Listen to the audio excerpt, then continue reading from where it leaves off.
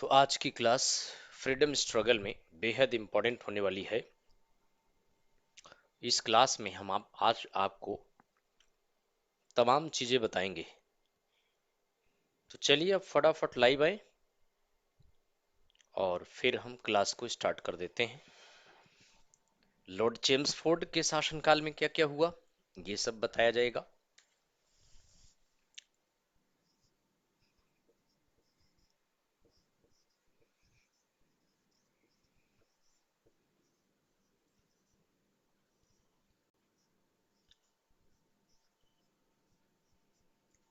इसका शासनकाल 1916 से 1921 तक का है।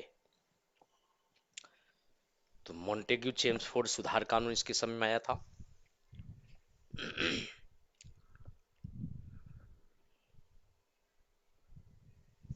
तो आई थिंक आप मुझे सुन पा रहे हैं।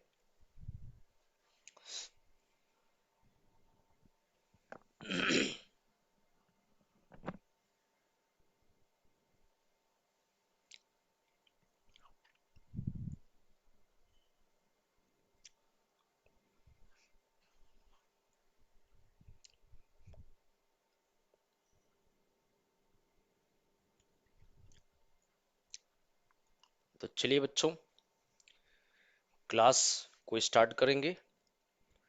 और आज की क्लास, पिछली क्लास में लॉर्ड हार्डिंग सेकेंड के बारे में बताए थे, किस तरह लॉर्ड हार्डिंग सेकेंड के अगेंस्ट में क्या क्या एक्शन लिया गया, क्या क्या रिएक्शन हुआ, ये सब आपको बताएंगे। तो आप फटाफट लाइव आइए और फिर हम क्लास को स्टार्ट कर देते हैं।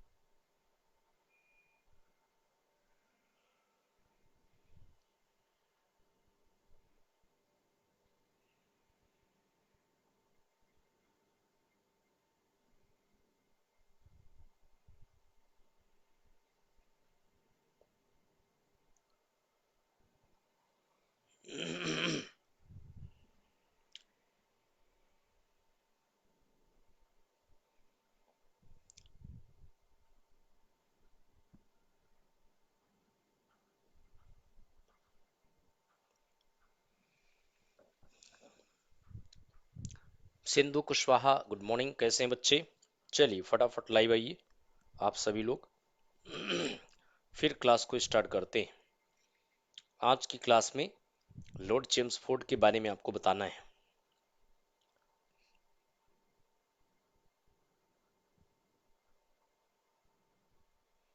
आशीष, गुड मॉर्निंग। आशीष, आप मुझे सुन पा रहे हो?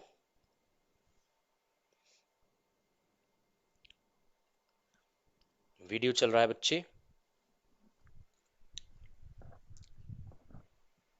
ओके। तो लॉर्ड हार्डिंग सेकेंड के बारे में पिछली क्लास में पढ़ाए थे आपको। आज लॉर्ड चेम्सफोर्ड के बारे में बताना है।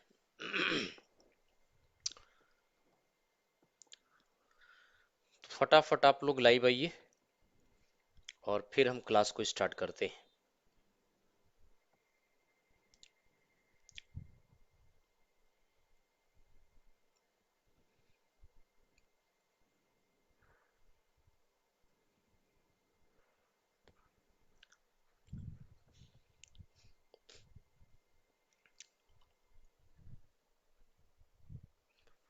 तो लास्ट क्लास में लास्ट पॉइंट क्या पढ़ाए थे, एक बार बता दीजिए।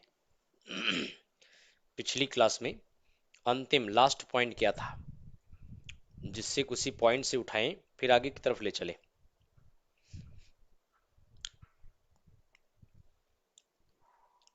Sanoj Kumar good morning. आशीष बताइए पिछली क्लास में लास्ट पॉइंट क्या था?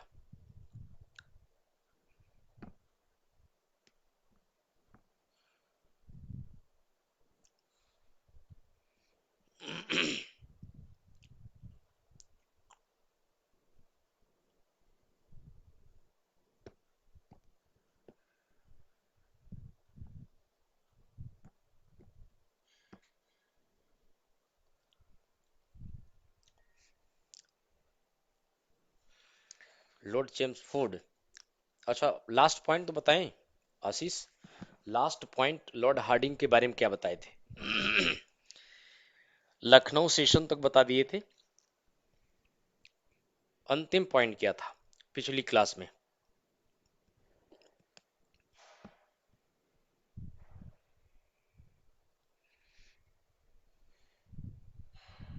ये तो हमने हेडिंग डाला था, उससे हेडिंग से पहले क्या किया था?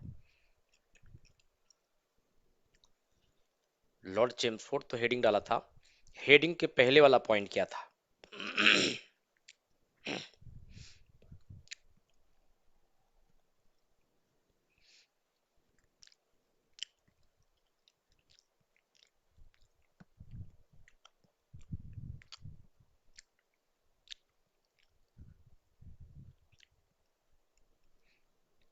अच्छा ओके, बस यही जानना, ठीक है। आइए चलते हैं। तो गांधी एक्टिव पॉलिटिक्स में शामिल हो गए और गांधी के एफर्ट्स के बाद, बिल्कुल आशीष ठीक है, गांधी के एफर्ट्स के बाद भारतीय राष्ट्रीय कांग्रेस के नरम दल, गरम दल और मुस्लिम लीग तमाम दल एक मंच पे आ गए थे। तो दिसंबर 1916 में बच्चे भारतीय राष्ट्रीय कांग्रेस का लखनऊ सेशन हुआ था। लखनऊ सेशन ऑफ आईएनसी, इसके अध्यक्ष अंबिका चरण मजूमदार थे। इसको बताए थे लखनऊ सेशन बड़ा इंपॉर्टेंट सेशन था। भारतीय राष्ट्रीय कांग्रेस का लखनऊ अधिवेशन बेहद इंपॉर्टेंट था।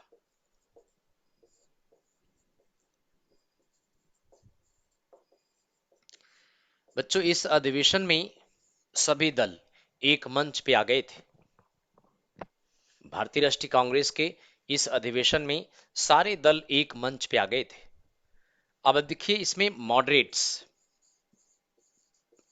यानी नरम दल एंड एक्सट्रीमिस्ट यानी गरम दल रीयूनाइटेड। नरम दल गरम दल एक मंच पे आ गए थे। तो नरम दल एवं गरम दल ये दोनों एक मंच पे आ गए, लेकिन पूछा जाए किसके प्रयास के बाद, तो एनी बेसेंट के प्रयास के बाद। एनी बेसेंट इनके एफर्ट्स के बाद नरम दल गरम दल एक मंच पे आ गए थे। और बच्चे भारतीय राष्ट्रीय कांग्रेस और मुस्लिम लीग, पहली बार मुस्लिम लीग कांग्रेस के कहने पर इस मंच में शामिल हुई थी। और इसमें मोहम्मद अली जिन्ना, मोहम्मद अली जिन्ना उस समय एक प्रोमिनेंट, एक बेहद इंपॉर्टेंट व्यक्तित्व के रूप में उभरे थे। सरोजिनी नायडू ने मोहम्मद अली जिन्ना को हिंदू मुसलमानों की एकता का अग्रदूत कहा था,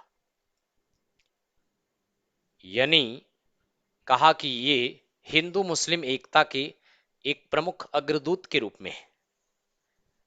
एम ए जिन्ना को हिंदू मुस्लिम एकता के लिए प्रतीक के रूप में माने जाने लगा था। लेकिन आपको बताएं कि मुस्लिम लीग कांग्रेस के इस मंच को शेयर किया था गांधी के प्रयास के बाद, अर्थात गांधी ने मुस्लिम लीग से हाथ मिलाया। तो इस तरह बच्चों ये दल भी इसमें शामिल नहीं हुआ, लेकिन मंच को शेयर किया था। और आपको बताएं, home rule league home rule leagues, ये एक तो बाल गंगाधर तिलक ने बनाया था बॉम्बे में,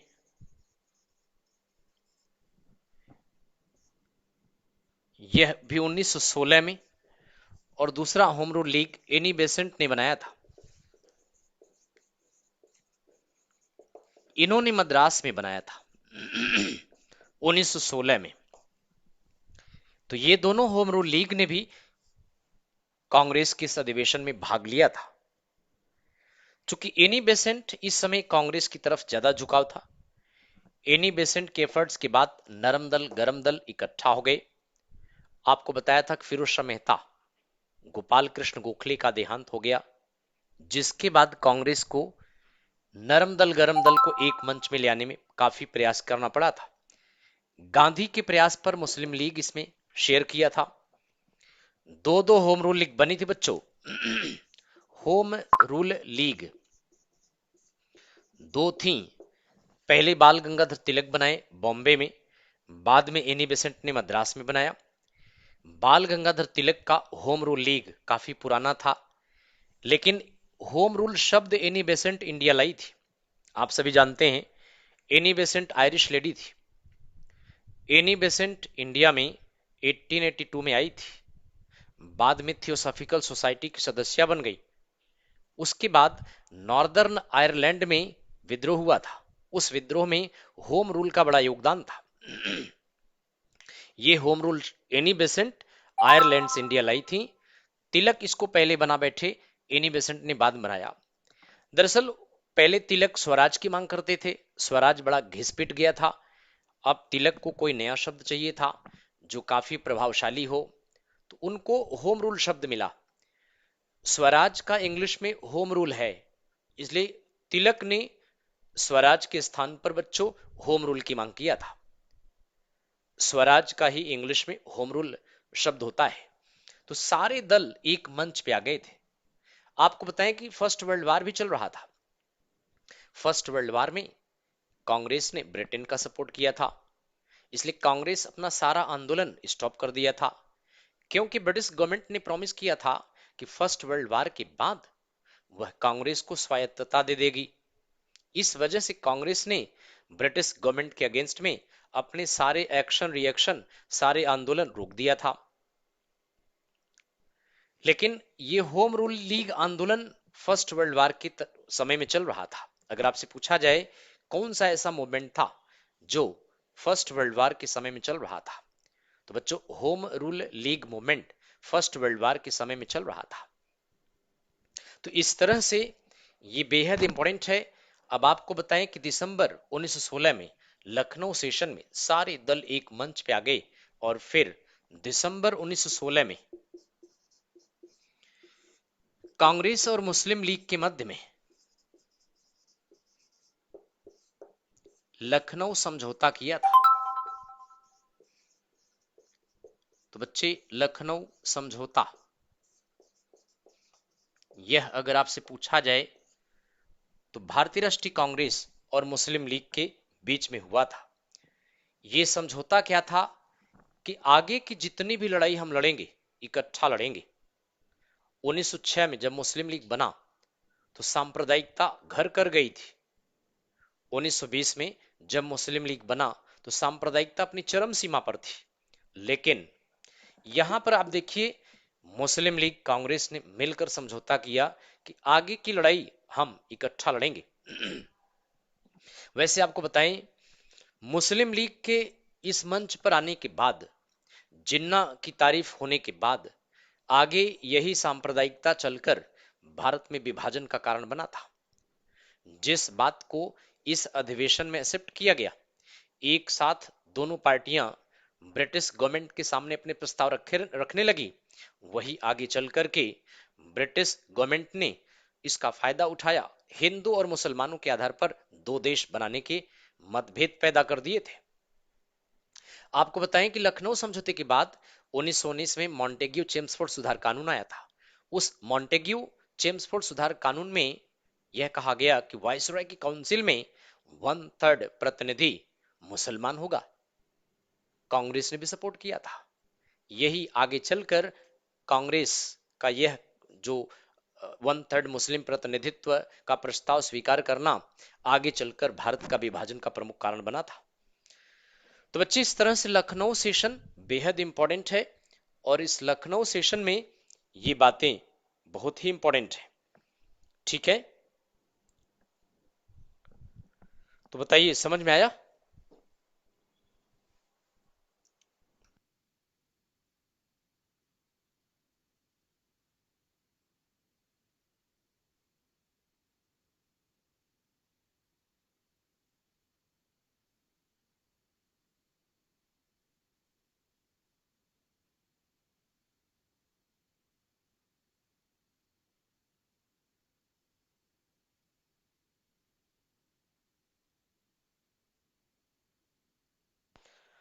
चलिए बहुत बढ़िया।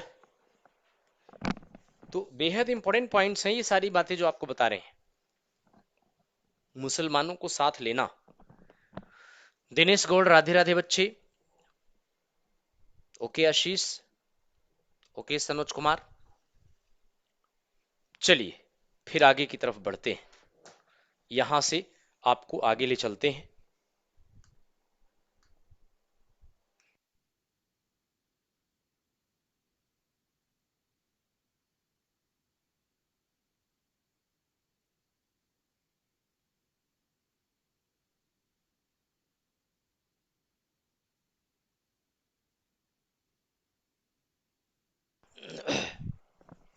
तो चलिए बच्चों अगले पॉइंट की तरफ ले चलते हैं इस अधिवेशन के बाद।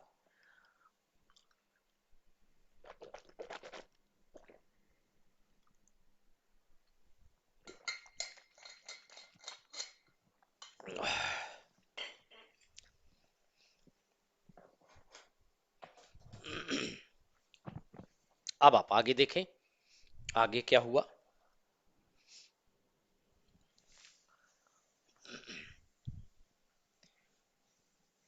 तो बच्चों कांग्रेस मुस्लिम लीग की एकता और फिर मुस्लिम लीग के प्रति तुष्टीकरण की नीति भारत की विभाजन के कगार पर ले आ दिया था। गांधी और जिन्ना की स्टार्टिंग नीति आगे चलकर विभाजन का प्रमुख कारण बना था। अब आप देखिए अगले पॉइंट की तरफ चलते हैं। बच्चे गांधी भी लखनऊ सेशन में आए थे, ध्यान दीजिएगा। महात्मा गांधी भी भारतीय राष्ट्रीय कांग्रेस के लखनऊ सेशन में आए थे। गांधी से मुलाकात करने के लिए बिहार के चंपारण का एक किसान जिसका नाम राजकुमार शुक्ला था, कई बार प्रयास किया गांधी से मुलाकात करने के लिए। अंत में गांधी से राजकुमार शुक्ला ने विभाजन का प्रमुख कारण बना था। अब आप देखिए अगले पॉइंट की तरफ चलते हैं। बच्चे गांधी भी लखनऊ की विभाजन के कगार पर ले आ दिया था। गांधी और जिन्ना की स्टार्टिंग नीति आगे चलकर विभाजन का प्रमुख कारण बना था। अब आप देखिए अगले पॉइंट की तरफ चलते हैं। बच्चे गांधी भी लखनऊ सेशन में आए थे, ध्यान दीजिएगा। महात्मा गांधी भी भारतीय राष्ट्रीय कांग्रेस के लखनऊ सेशन में आए थे। गांधी से मुलाकात करने के लिए बिहार के चंपारण का एक किसान जिसका नाम राजकुमार शुक्ला था, कई बार प्रयास किया गांधी से मुलाकात करने के लिए। अंत में गांधी से राजकुमार शुक्ला ने लखनऊ में मुलाकात कर पाया। राजकुमार शुक्ला नाम का बिहार के चंपारण का एक किसान गांधी को चंपारण के किसानों की दुर्दशा बताया। कहा कि किस तरह ब्रिटिश सरकार के यूरोपीय बागान मालिक, यूरोपियन प्लांटर चंपारण जैसे क्षेत्र में आकर किसानों को कुछ एडवांस पेमेंट देकर और उनसे नील की खेती करवाते हैं और नील बोने से उनकी जमीन बंजर हो जाती है। नील बोने से जमीन बंजर हो जाती है। तिनकठिया सिस्टम के अंडर में तिनकठिया सिस्टम के अंडर में नील बोया जाता था, अर्थात 3 कट्ठे जमीन पर नील बोया जाता था। तो इस तरह तिनकठिया सिस्टम के अंडर में किसानों की जमीन यूरोपीय बागान मालिक बाउंडेशन के अंडर में अपने कब्जे में कर लेते थे। 3 कट्ठे जमीन पर किसानों को नील बुआते थे, जिससे उनका जमीन बंजर हो जाता था, बाद में उस पर कोई प्रोडक्शन होता नहीं था। गांधी राजकुमार शुक्ला की बात सुनने के पश्चात लखनऊ से सीधे चंपारण गए हैं। वहां चंपारण पहुंचने के बाद मोतिहारी में इनको डिस्ट्रिक्ट मजिस्ट्रेट ने कोर्ट में हाजिर करवा दिया। ये वहां कोर्ट में गए, लेकिन गांधी ने कहा कि वापस नहीं लौटेंगे तब तक जब तक वह किसानों की वास्तविकता के बारे में जान नहीं जाएंगे। तो गांधी को परमिशन मिल गया कि ठीक है, आप जाइए चंपारण के किसानों के बारे में पूछताछ करिए, वास्तविकता जानिए। तो गांधी लखनऊ से चंपारण गए बच्चों। उसी समय गांधी से डॉक्टर राजेंद्र प्रसाद की मुलाकात हुई थी। डॉक्टर राजेंद्र प्रसाद गांधी की पहली बार मुलाकात चंपारण सत्याग्रह के दरमियान हुआ था। डॉक्टर राजेंद्र प्रसाद को बिहार का गांधी कहा जाता है, बाबू राजेंद्र प्रसाद को बिहार का गांधी कहा जाता है। तो इस तरह से गांधी से उनकी मुलाकात हुई, और इसी समय आर एन टैगोर रविन्द्रनाथ टैगोर की मुलाकात महात्मा गांधी से हुई। आर एन टैगोर ने महात्मा गांधी को महात्मा की टाइटल दिया, और महात्मा गांधी ने आर एन टैगोर को गुरुदेव कहा था। ध्यान रखिएगा, गांधी को महात्मा आर एन टैगोर ने कहा 1917 में चंपारण सत्याग्रह के समय, और गांधी ने आर एन टैगोर को गुरुदेव कहा था। तो एक दूसरे को यह टाइटल आदान प्रदान किया था चंपारण सत्याग्रह 1917 के समय में। तो इस तरह से बच्चे गांधी यहां से चंपारण गए हैं, और आपको बताएं कि 1917 में चंपारण सत्याग्रह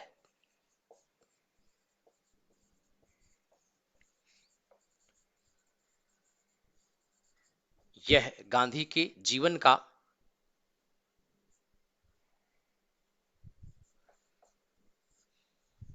प्रथम सत्याग्रह था इंडिया में। वैसे तो जीवन का पहला सत्याग्रह पूछे तो दक्षिण अफ्रीका में था। इंडिया में गांधी का पहला सत्याग्रह यही है बच्चे, चंपारण सत्याग्रह, बिहार के चंपारण में तिनकठिया सिस्टम के अंडर में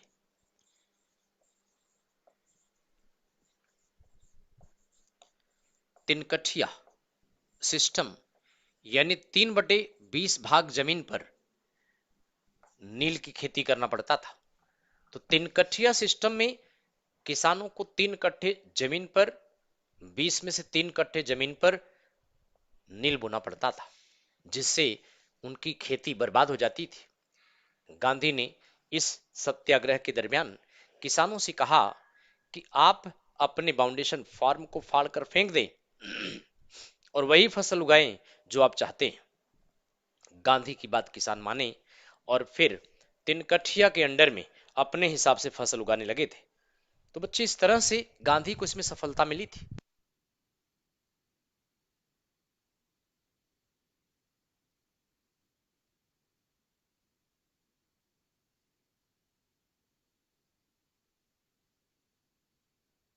यदि आपसे यह पूछा जाए कि यह सत्याग्रह किसके खिलाफ था, तो इंडिगो प्लांटेशन के खिलाफ था, नील की खेती के खिलाफ।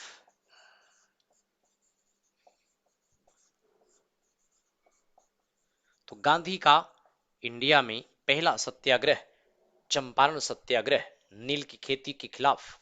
नील कलर होता था जिसका प्रयोग कपड़े कलर करने में होते थे, और नील के खेती का जो प्लांट होता था, उस प्लांट का जो रेशा होता था, उससे मोटा कपड़ा बनाने का काम आता था। वैसे तो गांधी का बच्चे 3 बैक टू बैक सत्याग्रह है।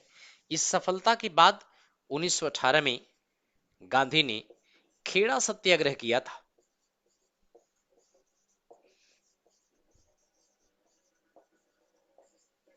बच्चे खेड़ा सत्याग्रह यह गुजरात में था। किसानों की फसल बर्बाद हो गई किसानों की फसल फेल हो गई। खेड़ा के किसान गांधी के पास आए और गांधी से कहा कि वे टैक्स नहीं दे पाएंगे। गांधी ने खेड़ा सत्याग्रह स्टार्ट किया और इसमें किसानों के लगान को माफ कराया था। तो था बच्चे against British land tax revenue. तो ब्रिटिश भू राजस्व कर के खिलाफ था यह। ब्रिटिश भू राजस्व कर, यह ब्रिटिश भू राजस्व कर के खिलाफ था। तो बच्चे 1918 का खेड़ा सत्याग्रह बेहद इंपॉर्टेंट है। और तीसरा अगर आप देखें 1918 में अहमदाबाद मिल स्ट्राइक।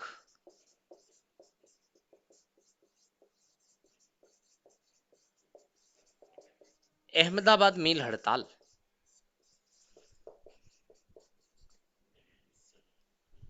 तो अहमदाबाद मिल हड़ताल 1918 में, दरअसल अहमदाबाद मिल के अधिकतर मालिक इंडियन थे। अधिकतर मिल मालिक इंडियन थे बच्चों। और जो मिल मजदूर थे उनकी मांग थी कि उनकी वेजेस को 35% बढ़ाया जाए। मिल लेबरर की डिमांड थी। क्या डिमांड थी? कि 35% वेजेस को बढ़ाया जाए, यानी उनका जो वेतन भुगतान था उसको 35% इंक्रीज किया जाए। तो इस तरह से अहमदाबाद मिल स्ट्राइक में गांधी के पास मिल मजदूर आए और इसके बाद गांधी ने क्या किया, मिल मजदूरों को स्ट्राइक पर जाने का आदेश दिया। सारे मिल मजदूर स्ट्राइक पर चले गए। अंत में आपको बताएं, मिल ओनर किसानों की बात माने, ये मजदूरों की बात माने, गांधी की बात माने और किसानों इन मजदूरों को 35% वेज बढ़ा के दिया था। आपको बताएं बच्चे, गांधी इसी समय पहली बार भूख हड़ताल किया था। Gandhi adopted hunger strike first time, पहली बार जीवन का भूख हड़ताल इसी समय किया था। जीवन का पहला भूख हड़ताल इसी समय किया था। तो गांधी का 3 सत्याग्रह बच्चों बैक टू बैक था, सीरियल ऑर्डर था, जो कि बेहद इंपॉर्टेंट है। तो अब आप अगर देखें तो गांधी यहां से काफी पॉपुलर हो गए। और गांधी की इस सफलता के पीछे अगर आप देखें तो गांधी के द्वारा चलाए गए पब्लिक वेलफेयर में, किसानों के वेलफेयर में, मजदूरों के वेलफेयर में, ये तमाम कार्य थे। बच्चों आपको बताएं कि 1917 में कलकत्ता विश्वविद्यालय में शिक्षा में सुधार के लिए सेडलर आयोग का गठन किया गया था। यह एक कमीशन भी था। 1917 में सेडलर कमीशन,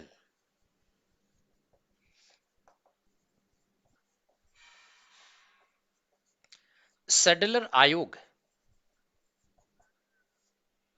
कैलकटा विश्वविद्यालय में, कैलकटा यूनिवर्सिटी में सुधार के लिए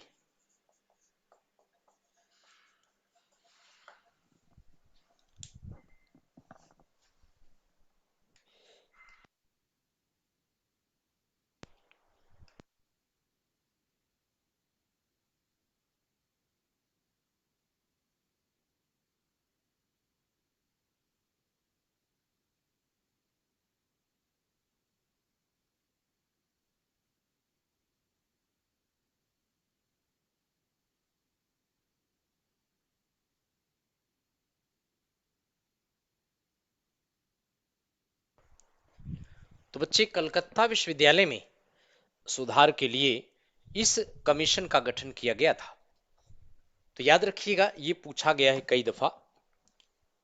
वैसे तो सामान्य क्वेश्चन नहीं है, थोड़ा सा टफ क्वेश्चन है, बट बड़ा इंपॉर्टेंट पॉइंट है ये। और 1917 में आप जानते हैं एनी बेसेंट, इनको भी जानते हैं, first lady, INC president, Calcutta session में बनी थी। प्रथम महिला कांग्रेस अध्यक्ष,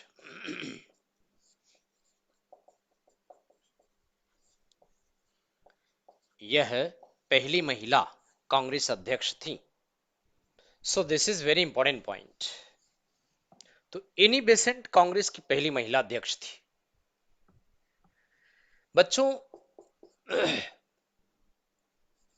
अगस्त 1917 में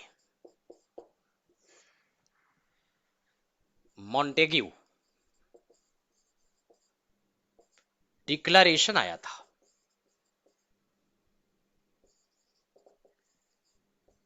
मॉन्टेग्यू घोषणा पत्र। अब देखिए, मॉन्टेग्यू कौन था इस समय? भारत सचिव था। यह था secretary of state for India, Bharat सचिव था यह, या भारत मंत्री था। तो उस समय मॉन्टेग्यू भारत सचिव था। इसने ब्रिटिश संसद में, हाउस ऑफ कॉमन्स में घोषणा किया था कि भारत में एक प्रतिनिधित्व या उत्तरदायित्व सरकार की स्थापना किया जाए। ध्यान रखिएगा, मॉन्टेग्यू भारत सचिव था। इसने ब्रिटिश संसद में अगस्त 1917 में घोषणा किया कि इंडिया में एक प्रतिनिधित्व यानी उत्तरदायित्व सरकार का गठन किया जाए। एक रिस्पॉन्सिबल गवर्नमेंट, एक इंडियन रिप्रेजेंटेटिव गवर्नमेंट, जिसमें इंडियन की संख्या बढ़ा दिया जाए। तो भारतीयों के लिए एक उत्तरदायी सरकार का गठन किया जाए। इसके लिए मॉन्टेग्यू ने यह घोषणा कहां पर किया था? ब्रिटिश हाउस ऑफ कॉमन्स में किया था। इस घोषणा के बाद बच्चे 1919 का मॉन्टेग्यू चेम्सफोर्ड सुधार कानून आया था, जिसमें मॉन्टेग्यू के द्वारा किए गए घोषणा को इन्वॉल्व किया गया था। तो मॉन्टेग्यू चेम्सफोर्ड सुधार इसी के अंडर में आया था। ध्यान रखिएगा, 1919 में यह रिफॉर्म्स इसी के अंडर में था।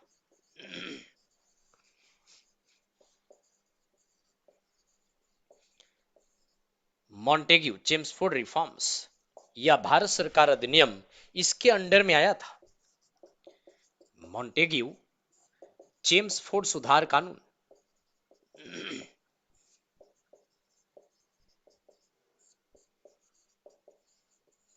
इसके अंडर में था। तो बच्चे, इस तरह से इसको हम आपको आगे डिस्कस करेंगे, लेकिन इसके आगे हम आपको लिए चलते हैं।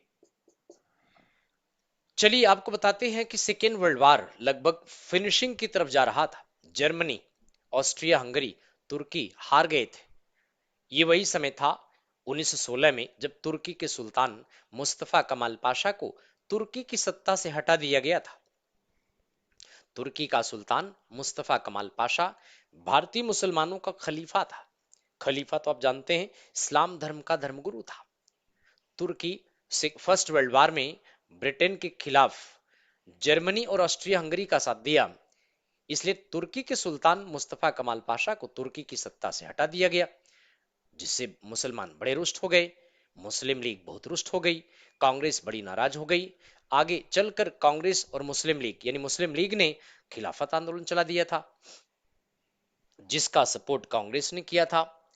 तो यह वही समय था जब सेकेंड वर्ल्ड वॉर खत्म होने वाला था, और सेकेंड वर्ल्ड वॉर के बाद इंडिया में आक्रामक गतिविधियां बढ़ने वाली थी।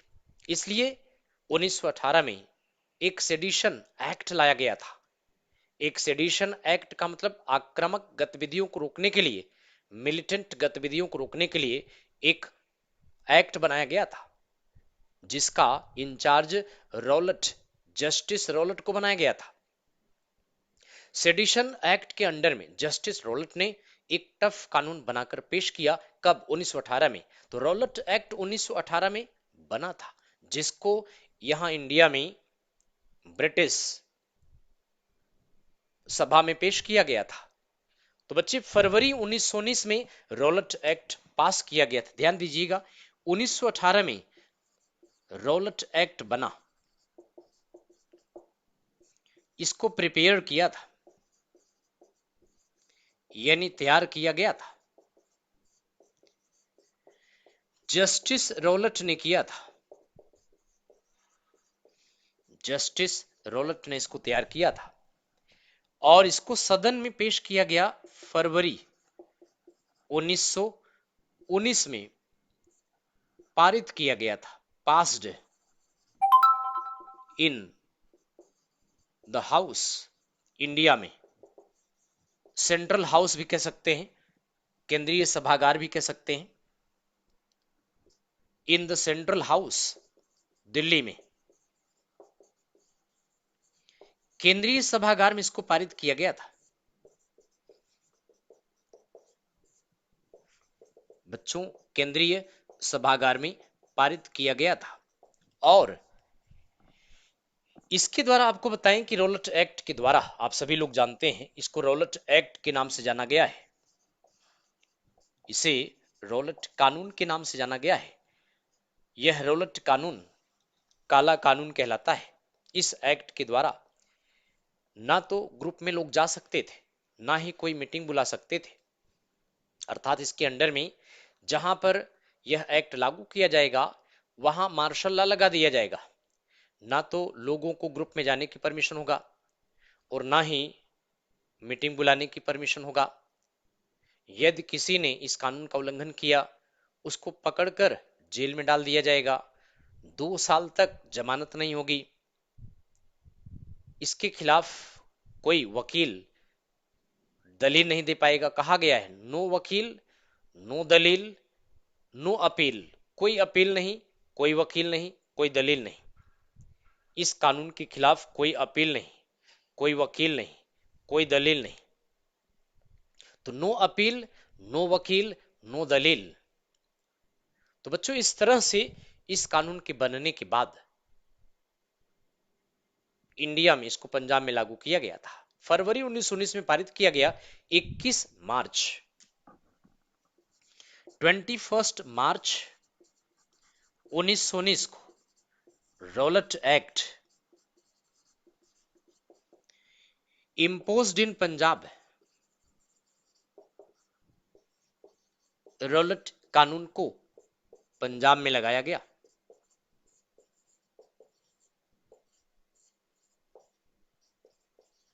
पंजाब में लगाया। और आप जानते हैं इस कानून के खिलाफ, 1 मिनट होल्ड करें।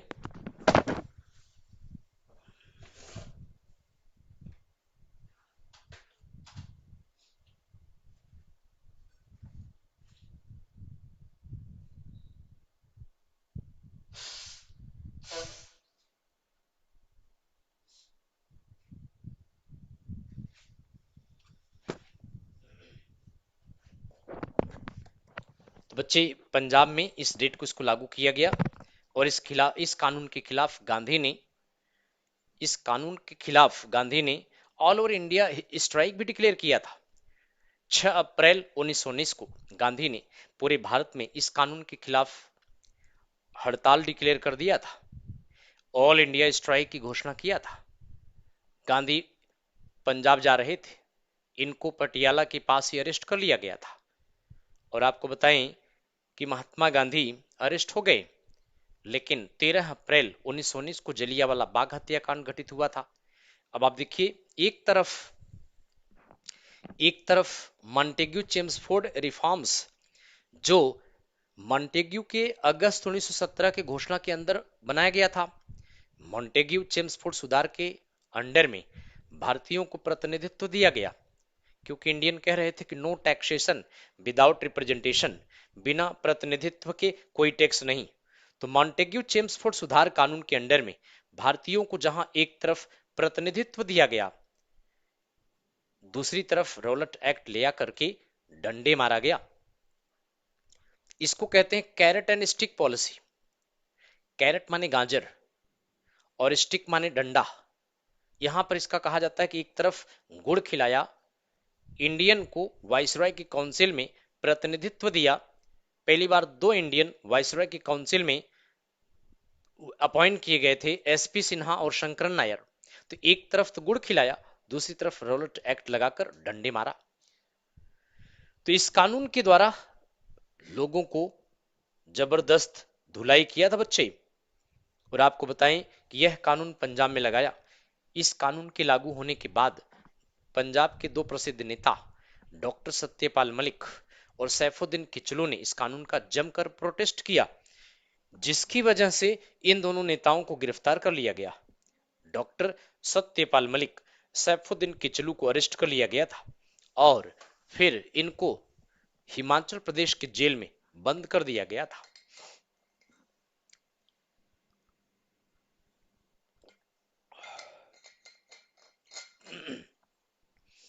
तो बच्चों, इस तरह से रॉलेट एक्ट यह काला कानून कहलाता है। इसके अंडर में ना तो लोग ग्रुप में जा सकते थे, ना ही कोई मीटिंग बुला सकते थे, और यदि किसी ने इस कानून का उल्लंघन किया तो उसको गिरफ्तार करने पर जमानत नहीं हो सकती थी। 2 साल तक उसकी जमानत नहीं हो सकती थी।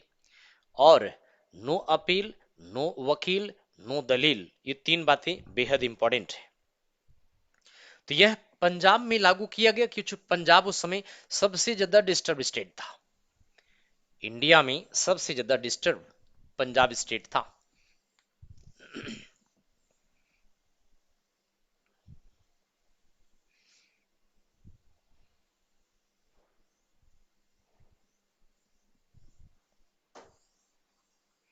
सो बेहद इंपॉर्टेंट है ये। आइए आगे की तरफ चलते हैं। तो बच्चे 1919 में डॉक्टर सत्यपाल मलिक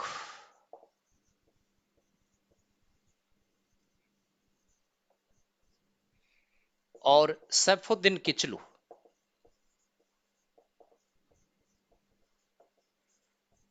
ये दोनों थे प्रोटेस्टेड रॉलेट एक्ट का विरोध किया था।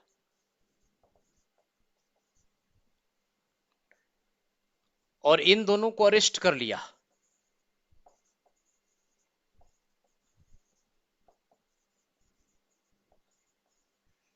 इन दोनों को रॉलेट कानून के विरोध के बाद इनको गिरफ्तार कर लिया गया था। और फिर इनकी गिरफ्तारी के खिलाफ बच्चे 13 अप्रैल 1919 को जलियांवाला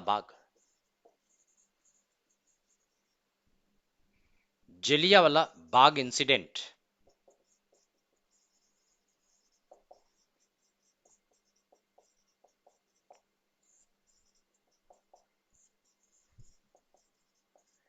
यह घटना 13 अप्रैल बैसाखी का दिन, कल चला गया बच्चे, बैसाखी का दिन था।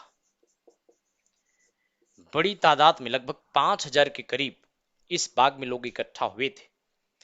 जलियांवाले बाग में आने जाने का एकमात्र रास्ता था एग्जिट का, और इनका एकमात्र रास्ता, बड़ी संख्या में लोग इस बाग में आए, लगभग 5,000 के करीब। छुट्टी का दिन था, बैसाखी का दिन था। लेकिन इस समय पंजाब में, अमृतसर में रॉलेट एक्ट लगा था, जिसमें जनरल माइकल ओडायर या जनरल ओडायर इंचार्ज था। वह अपनी कंपनी के साथ एकमात्र एग्जिट गेट से प्रवेश किया, बिना लोगों को वार्न किए उन पर अंधाधुंध गोलियां चलवाई। हजारों की संख्या में लोग घायल हुए, बहुत से लोग मारे गए। एक कुआं था, उसी में बहुत से लोग गिरकर मर गए। तो बच्चे, जलियांवाला बाग हत्याकांड के लिए जिम्मेदार कौन था? General O'Dwyer. जनरल ओडायर यह उस समय मिलिट्री इंचार्ज था। यह उस समय मिलिट्री इंचार्ज था बच्चे। बिना वार्न किए अंधाधुंध गोलियां चलवाई। अमृतसर में जलियांवाला बाग, 3 तरफ ऊंची ऊंची बिल्डिंग, एकमात्र आने जाने का गेट। जनरल ओडायर इस गेट से प्रवेश किया और बिना वार्न किए अंधाधुंध लोगों पर गोलियां चलवाई। तो बच्चे, आप जानते हैं जनरल ओडायर को बाद में इंडिया से हटा दिया गया। लेकिन उधम सिंह नाम का एक क्रांतिकारी, उधम सिंह पंजाब के क्रांतिकारी, 1940 में लंदन में जनरल माइकल ओडायर की हत्या किया। कहते हैं कि जनरल माइकल ओडायर, इसी नाम का एक दूसरा जनरल था जिसको उधम सिंह ने उड़ा दिया। इसके बारे में कहते हैं कि जनरल ओडायर जो था यह ब्लड कैंसर से मर गया था।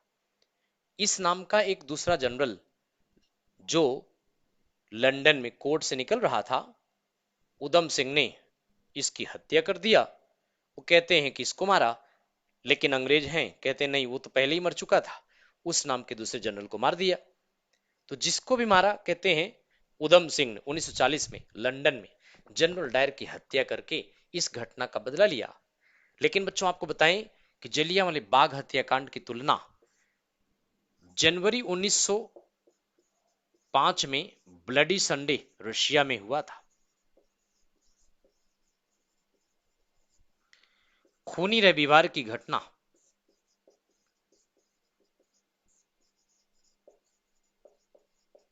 यह ब्लडी संडे रशिया में हुआ था।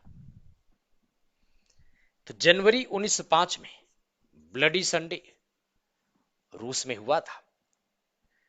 रूस के किंग को जार कहते थे, tsar Nicholas second Russian king था ये।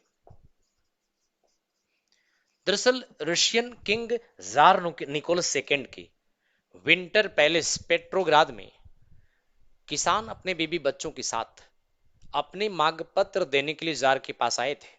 लेकिन जार को इंटीमेट किया गया कि जार यहां पर आकर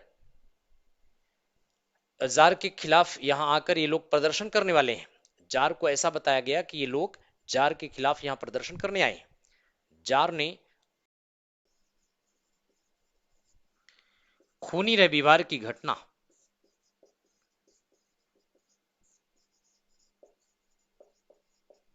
यह ब्लडी संडे रशिया में हुआ था। तो जनवरी 1905 में ब्लडी संडे रूस में हुआ था। रूस के किंग को जार कहते थे, tsar Nicholas second Russian king था ये। दरअसल Russian king tsar Nicholas second के विंटर पैलेस पेट्रोग्राद में किसान अपने बेबी बच्चों के साथ अपने मांग पत्र देने के लिए जार के पास आए थे। लेकिन जार को इंटीमेट किया गया कि जार यहां पर आकर जार के खिलाफ यहां आकर ये लोग प्रदर्शन करने वाले हैं। जार को ऐसा बताया गया कि ये लोग जार के खिलाफ यहां प्रदर्शन करने आए। जार ने आदेश दिया कि इन पर गोलियां चलाएं। हजारों की संख्या में किसानों के बीवी बच्चे मारे गए थे। तो बच्चे संडे का दिन था, इसलिए इसको ब्लडी संडे ऑफ रशिया कहा गया है। रूस का खूनी रविवार की घटना ब्लडी संडे ऑफ रशिया कहा गया है। तो जलियांवाले बाग हत्याकांड की तुलना ब्लडी संडे ऑफ रशिया से किया गया है। दूसरा, इस घटना के बाद गांधी केसरे हिंद की उपाधि छोड़ दिया। ध्यान दें, इनको यह उपाधि दक्षिण अफ्रीका में मिला था। आर एन टैगोर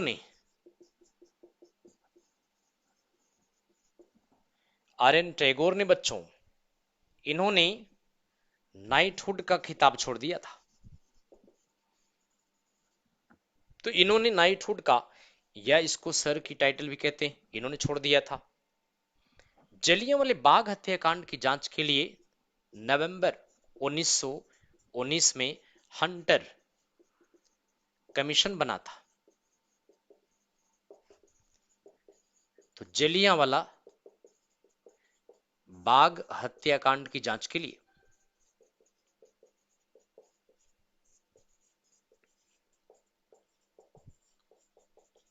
यह रिपोर्ट आई, इसमें इंडियन को ब्लेम किया गया था। तो हंटर रिपोर्ट बच्चे जलियांवाले बाग हत्याकांड की जांच के लिए किया गया था, जिसमें इंडियन को ब्लेम किया गया था। इंडियन को आरोपी साबित किया गया था। तो इस तरह से जलियांवाला बाग हत्याकांड से ब्रिटिश गवर्नमेंट की बड़ी क्रिटिसाइज हुआ था। लेकिन एक तरफ जैसे कि हमने आपको बताया मॉन्टेग्यू चेम्सफोर्ड सुधार कानून, मॉन्टेग्यू चेम्सफोर्ड सुधार कानून के द्वारा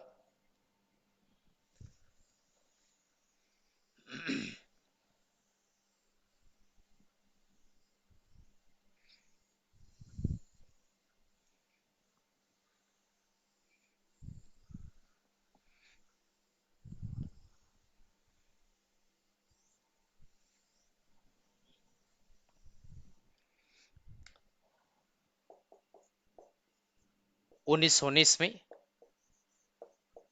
मॉन्टेग्यू चेम्सफोर्ड रिफॉर्म्स, या फिर इसको कहा जाता है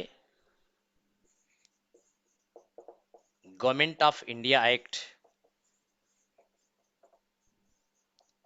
यह भी कहा गया है। अब देखिए इस कानून के द्वारा मॉन्टेग्यू भारत सचिव था, चेम्सफोर्ड वाइसरॉय था, दोनों के नाम पे कानून बना था। मुख्य विशेषता अगर आपको इसको बताया जाए तो introduction of dyarchy, introduction of dyarchy in provinces, प्रांतों में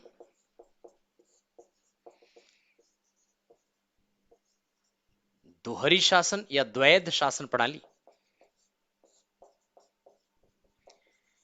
डायरकी प्रांतों में लाया गया था बच्चों।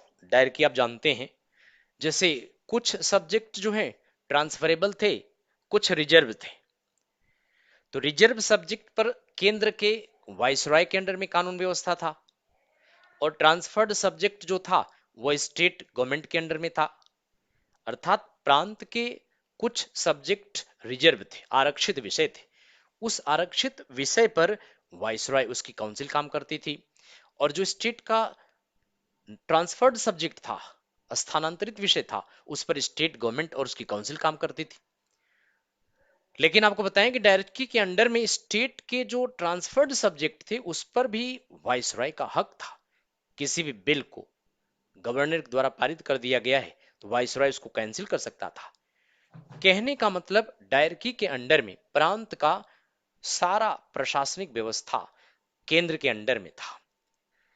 दो यानी एक प्रांत में दो शासन, केंद्र का भी और स्टेट का भी, लेकिन स्टेट को के ऊपर केंद्र डोमिनेट किया गया था। तो यह मुख्य विशेषता थी। एक और बात अगर आप देखें इसमें, Indians were given representation, Indians were given representation in the council of viceroy.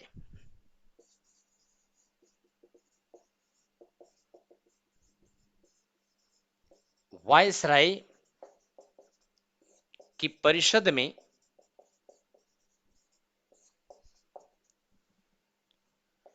भारतीयों को प्रतिनिधित्व दिया गया।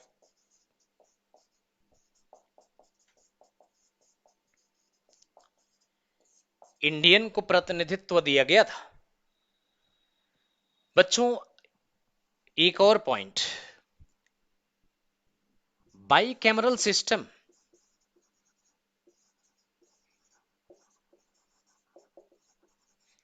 इन सेंटर, केंद्र में द्विसदनात्मक व्यवस्था, इस एक्ट के द्वारा केंद्र में द्विसदनात्मक व्यवस्था किया गया था। जैसे एक तो इंपीरियल लेजिस्लेटिव असेंबली, दूसरा स्टेट्स लेजिस्लेटिव काउंसिल।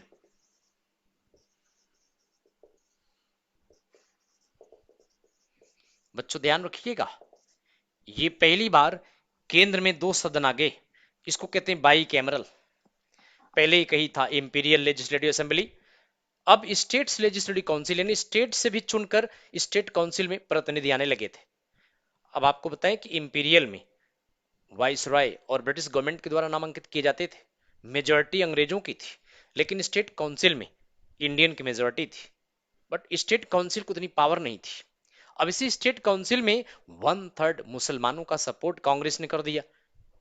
1/3 इसमें स्टेट काउंसिल में मुसलमानों का प्रतिनिधित्व मिल गया। अच्छा, इसके अलावा मुसलमानों को ऑलरेडी रिजर्व सीट मिला था, सिखों को भी दे दिया, जितने भी अन्य अल्पसंख्यक थे उनको प्रतिनिधित्व दे दिया। तो इस तरह से कुल मिला के एक उत्तरदायी सरकार की पॉलिसी बनाई गई, लेकिन इसके द्वारा मुसलमानों को 1/3 स्टेट काउंसिल में आने का सुझाव एक्सेप्ट कर लिया गया था। तो एक तरफ इंडियन को गुड़ खिलाया, वायसरॉय की काउंसिल में पहली बार 2 इंडियन प्रतिनिधि बने थे, एसपी सिन्हा, शंकरन नायर। तो बच्चे वायसरॉय की काउंसिल में पहली बार ये 2 इंडियन सदस्य बने थे, और जलियांवाले बाग हत्याकांड के बाद इन्होंने इस्तीफा दे दिया था। जलियांवाले बाग हत्याकांड के बाद दोनों ने इस्तीफा दे दिया था। एक और आपको बताएं कि इस समय सीएजी का गठन किया गया था। सीएजी यानी controller and auditor general of India. यह पद controller and auditor general of India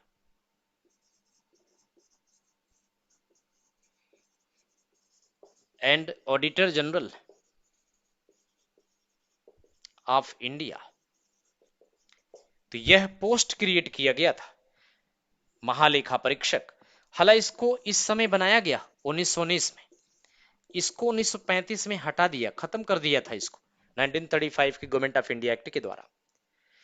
बच्चे आपको बताएं कि इंपीरियल लेजिस्लेटिव में सदस्यों की संख्या को बढ़ा दिया गया, स्टेट लेजिस्लेटिव काउंसिल में सदस्यों की संख्या बढ़ा दिया गया। तो ये सारी बातें इस कानून के अंडर में था, लेकिन हाँ, एक तरफ गुड़ खिलाया, दूसरी तरफ डंडे मारा। यानी एक तरफ इस एक्ट के द्वारा इंडियन को वायसरॉय की काउंसिल में प्रतिनिधित्व दिया, दूसरी तरफ रॉलेट एक्ट लगाकर इंडियन पर डंडे मारा था।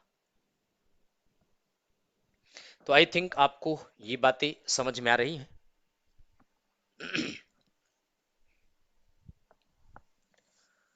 तो चलिए बताइए एक बार कि आप लोग ये समझ गए, कहीं डाउट है पूछें।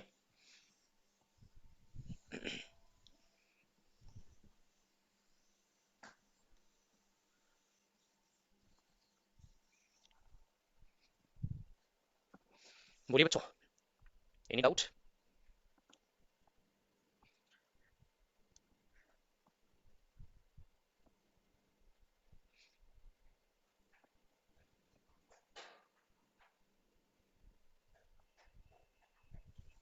ओके, यस बच्चे आशीष, सीएजी 1919 में आया और 1935 के गवर्नमेंट ऑफ इंडिया में इसको हटा दिया गया था। फिर सीएजी को भारत सरकार ने अडॉप्ट किया जब इंडिया फ्री हो गया था। तो सीएजी पहली बार 1919 में इसी एक्ट के अंडर में लाया गया था, 1919 के मॉन्टेग्यू चेम्सफोर्ड सुधार कानून के अंडर में। ठीक है, तो देखिए वर्ल्ड वार फर्स्ट खत्म हो चुका था, है ना, 1919 तक वर्ल्ड वार फर्स्ट खत्म हो चुका था। जर्मनी, ऑस्ट्रिया हंगरी, तुर्की हार चुके थे, ब्रिटेन, फ्रांस, अमेरिका जीत गए थे। चूंकि रशिया 1917 में अक्टूबर क्रांति के बाद यूएसएसआर बन गया था, तो रशिया 1917 में अलग हो चुका था, एक सोवियत सोशलिस्ट बन गया था। तो वर्ल्ड वार फर्स्ट खत्म हो गया, लेकिन भारतीय राष्ट्रीय कांग्रेस को ब्रिटिश गवर्नमेंट ने स्वायत्तता नहीं दिया। प्रॉमिस किया था कि फर्स्ट वर्ल्ड वार के बाद हम कांग्रेस को स्वायत्तता दे देंगे, लेकिन बच्चों स्वायत्तता नहीं दिया। और उधर मुस्लिम लीग भी रुष्ट हो गई, जो कि तुर्की के सुल्तान मुस्तफा कमाल पाशा को फर्स्ट वर्ल्ड वार के दरमियान हटा दिया गया था। तुर्की के सुल्तान को उधर हटाया गया, जो कि मुसलमानों का खलीफा था। मुसलमान रुष्ट हो गए, इसलिए एक तरफ मुस्लिम लीग ने ब्रिटिश गवर्नमेंट के खिलाफ खिलाफत आंदोलन 1919-20 में लॉन्च किया, जिसका सपोर्ट कांग्रेस ने किया। दूसरी तरफ गांधी ने 1 अगस्त 1920 को नॉन कोऑपरेशन मूवमेंट लॉन्च किया, असहयोग आंदोलन लॉन्च किया। मुस्लिम लीग और कांग्रेस के द्वारा चलाए गए खिलाफत आंदोलन और नॉन कोऑपरेशन मूवमेंट, ये दोनों आंदोलन एक साथ चले थे। तो ये दोनों आंदोलन बेहद इंपॉर्टेंट थे।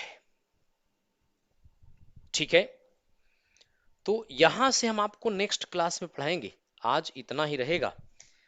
तो अगली क्लास में जब आएंगे तो आपको यहाँ से पढ़ाना स्टार्ट करेंगे। तो आई थिंक आज की क्लास में आपको समझ में आया होगा। ठीक है बच्चों, इनमें से कोई डाउट है तो आप पूछें, अन्यथा हम आपको यहाँ से नेक्स्ट क्लास में आगे ले चलेंगे। और ये फ्रीडम स्ट्रगल के बाद फिर एंशिएंट स्टार्ट हो जाएगा। GS 13 वाले हैं, इनका भी फ्रीडम स्ट्रगल तक हमारे साथ है। GS 13 का फ्रीडम स्ट्रगल पढ़ाने के बाद इनका खत्म हो जाएगा। चलिए बच्चों, मिलते हैं नेक्स्ट क्लास में। Okay bye, thank you.